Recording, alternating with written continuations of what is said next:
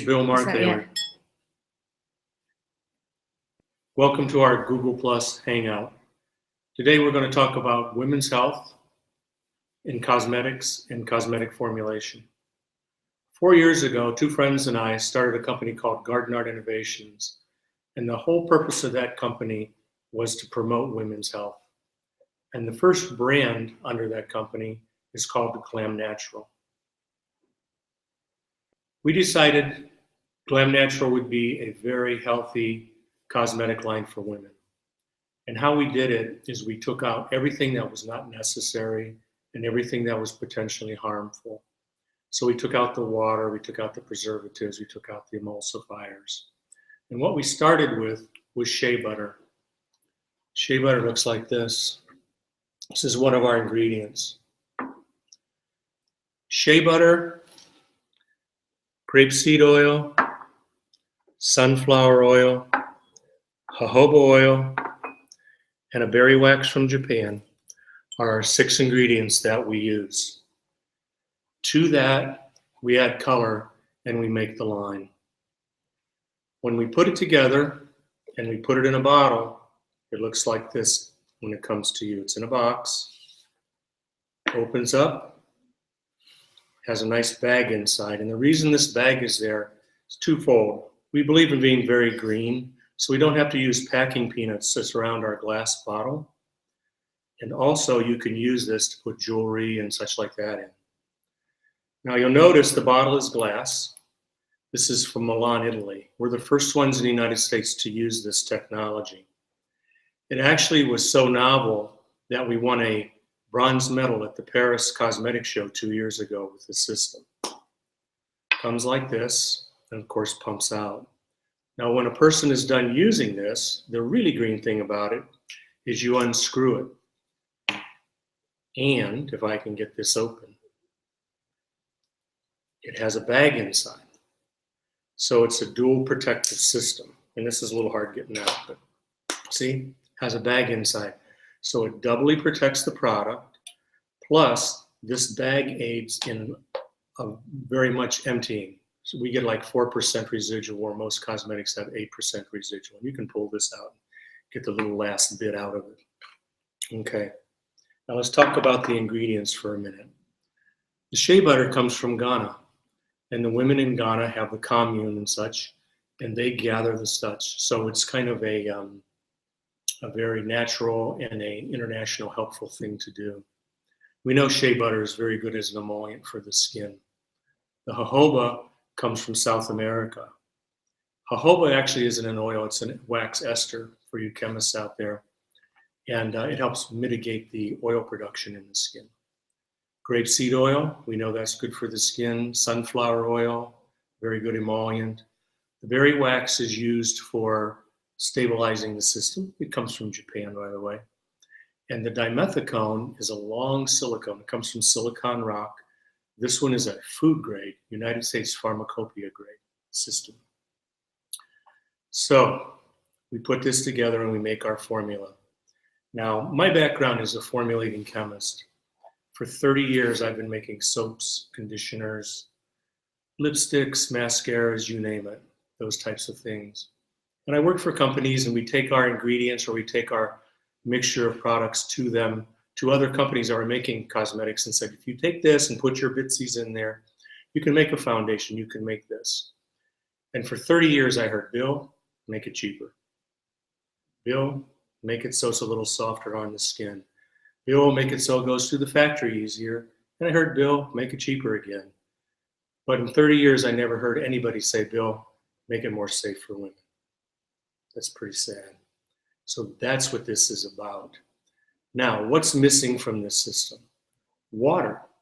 If you look at your foundation, a liquid foundation, you're going to see that the first ingredient is water.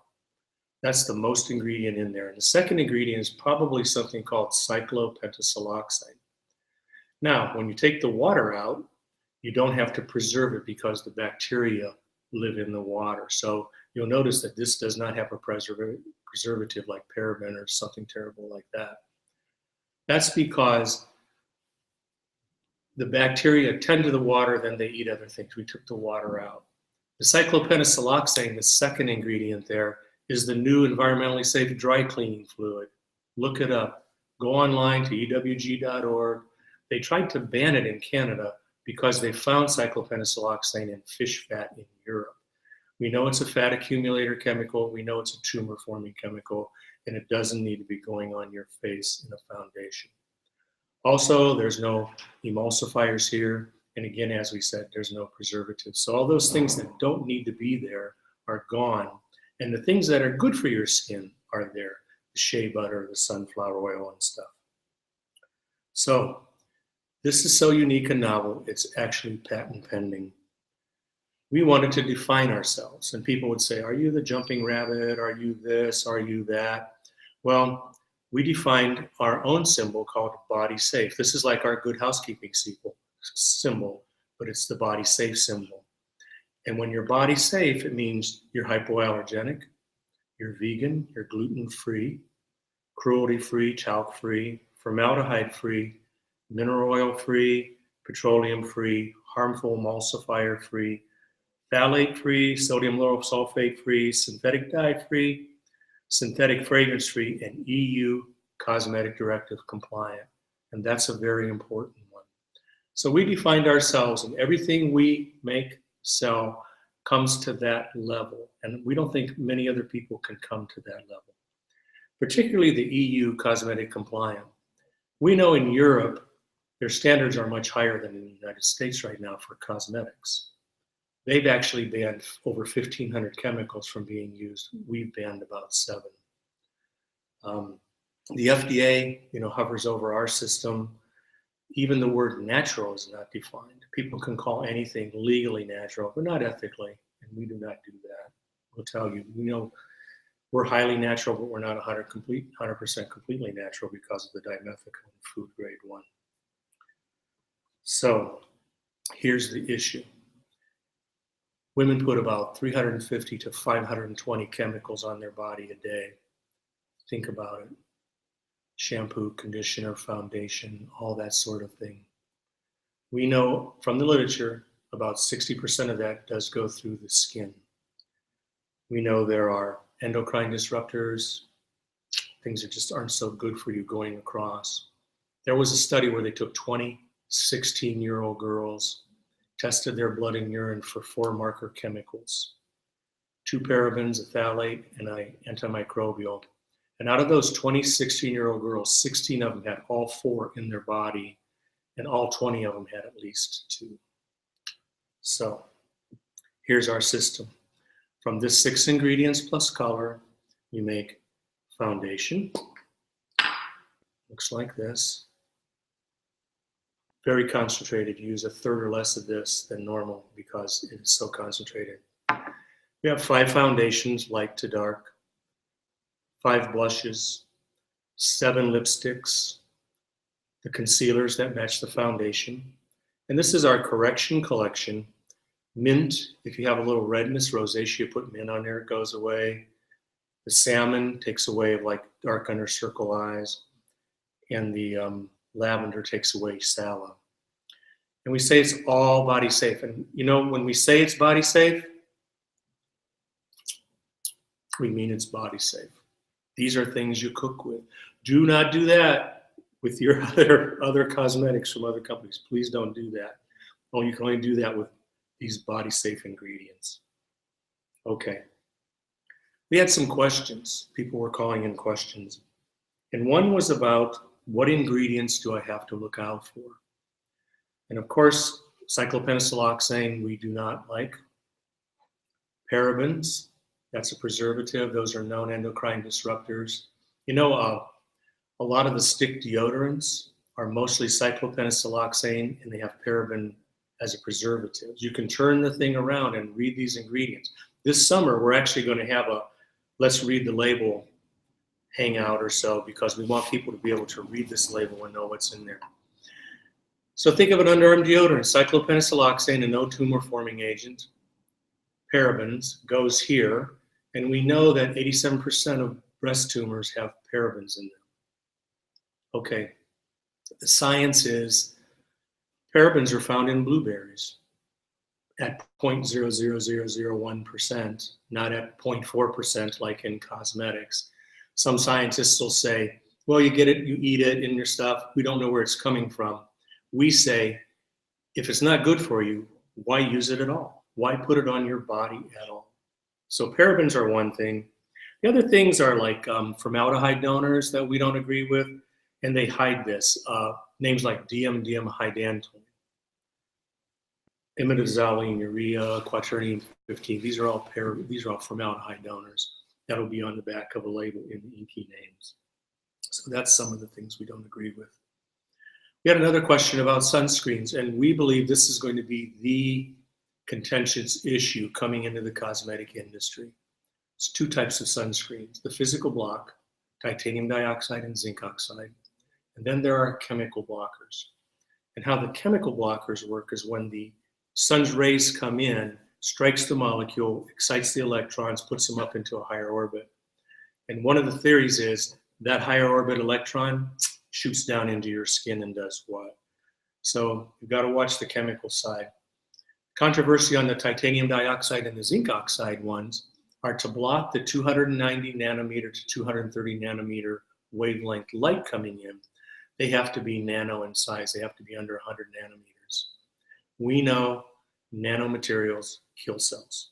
It's in the literature. Look it up. Go to ewg.org or some good published documentation. We know they kill cells. Scientists will say, well, they agglomerate. Yeah, they're under 100 nanometers, but they agglomerate into these packets, and the agglomeration is over 100. Our stance now is, if you go in the sun, wear a hat, wear a shirt. Don't stay in the sun a long time. If you have to use a sunscreen, and I would suggest using a sunscreen because a lot of sun is not that good for your skin. I would go with the titanium and the zinc oxide at this point rather than the chemical sunscreens. It's a toxic world. We're bathed in chemicals, and your makeup shouldn't be one that you have to worry about. This is, again, to the European standards. Now, what that means on our body safe standard to the European standards is I had to send my formulas, my way I make it, who my suppliers were, to a European test lab. And a toxicologist, a cosmetic toxicologist in Europe, combed through that, looked at all the test data, and said, okay, you can have this in Europe now. And I have to have a dossier over there with all of my information in, and then I get a certificate of marketability. And this is what a European certificate of marketability looks like. And we have that on all of our products. So we've come up to that level. Okay, that was one of the questions, the difference between body safe and the EU certification. Another question, how long do you think products should last on the average woman? Well, lipstick is probably going to last 4 hours because you put it on in the morning and then you eat it at lunch. We know that you put it on and you're eating these chemicals, okay, you're eating ingredients. So I'd say a lipstick could last at least 4 hours. We've had comments on our foundation that it lasts all day. Some people say, it's so comfortable on their skin, so soft on the skin that they actually went to sleep in it. Mascara, probably 8 hours plus. I don't know if you reapply before you go to dinner or so. I'm a chemist. What do I know about actual wearing? How do I know which color is right for me? I've seen women mostly tested on the jawbone here. You put it there, you do the test, and between your neck and your face, it'll tell you which color is right. You can go to our website at GlamNatural.com, and there are color swabs there too. And these colors go on a broad range of skin types. So if you get close to where you're at, bingo, you're probably right there. One word of warning, when you're using the blush, use a pinhead or less because it is very concentrated. If you get too much on, you can also use it as a lipstick. See, these are built on the same basic formula with different colors, so they're buildable. They treat the skin in the same way. Okay, even though you only do makeup, what about other products such as shampoo, hairspray, shaving cream? Yes, we are developing other lines. About 1.5 years ago, I wrote an article for GCI magazine, which I described a granola chemist. Let's go beyond green and go to granola. And the whole premise was, let's take as much water out of every product that we can. You probably don't know this, but your conditioner is 95% water. So you're shipping that around the world. You're paying for water. Your shampoo is 70% water. I think we can do better. I think we can concentrate the products as this is concentrated. You don't have to ship water. You don't have to spend all that energy doing that. You have a better green footprint. Okay. Any beauty secrets that I could share? Stay out of the sun. I mean, if you do that, don't burn your skin, such like that. A lot of the damage is done when you're very young. Things like shea butter, jojoba oil seem to be very, very good for the skin. We do have a night cream. Looks like this. It's based on shea jojoba, has frankincense and myrrh. This particular one has 12 oils from Israel. We've sourced them out of Israel. Really nice, getting good reviews, natural, no water, no preservatives. We actually shoot bacteria, yeast, and mold into this and ran a preservative challenge test, and it passed the test. That stuff won't live in it. When you go natural, nature takes care of nature is our thing. Okay, we wanted to remind you that we're having a sale in the month of May in honor of mothers. So 10% of our sales go to the Edith Sanford May Breast Foundation. And also 10% of our profits in general go to charitable organizations. So that's GlamNatural. Again, the premise is women's health, 6 ingredients plus color in a very environmentally friendly system. Check us out, www.glamnatural.com. Thank you for being at our hangout.